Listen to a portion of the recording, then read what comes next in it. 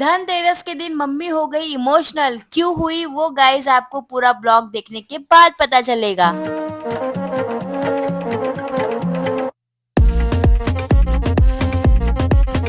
Happy Dhanteras all of you. तो guys आज मैं निकली थी पापा के लिए कुछ लेने के लिए, पर मैं यहाँ पे कुछ उनके लिए ले नहीं पाई क्योंकि पापा को जैसा चाहिए वैसा यहाँ पे मिला नहीं।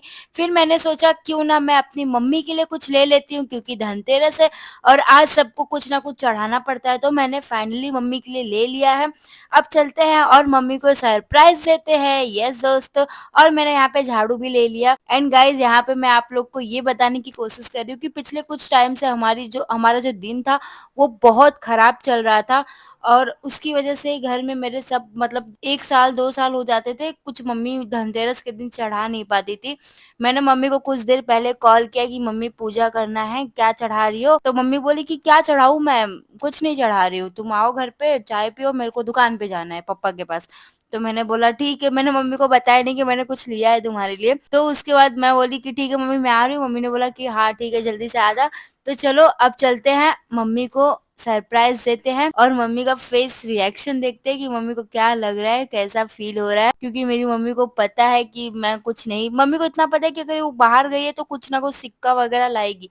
पर मम्मी को ये नहीं पता था कि मैं उनके लिए कुछ पैरों में पहनने का शायद उसे बशिया कुछ तो बोलते हैं, आई डोंट नो। तो चलो अब मम्मी को सरप्राइज करते हैं। मैं बहुत खुश हूँ मम्मी को सरप्राइज देने के लिए। तो चलो चलते हैं। फाइनली मैं आ गई हूँ मम्मी के पास और मम्मी ने देख लिया। देखते ही मम्मी के हाथों से कुछ तो गिरा यहाँ पे। पर देखते हैं मम्मी क्या, भी मम्मी ओपन करेगी, मम्मी क्या बोलती है। यहाँ पे मम्मी मेरी समझ गई थी कि कुछ ना कुछ ज्वेलर्स का बैग आया है, कैरी बैग, तो पक्का कुछ ना कुछ इसमें होगा। पर मम्मी ये नहीं पता था उनको कि चांदी है कि सोना है। तो यहाँ पे मम्मी मेरी ओपन करते हुए, अब आप देखना इनका धीरे धीरे। मेरी मम्मी पता है बहुत ही नाजुक इंसान है, मतलब कुछ भी चीजें देखती है तो बहुत ज्यादा इमोशनल हो जाती है क्योंकि उन्होंने बहुत सी चीजों को फेस किया है, बहुत सी गंदी परिस्थितियों को देखा है।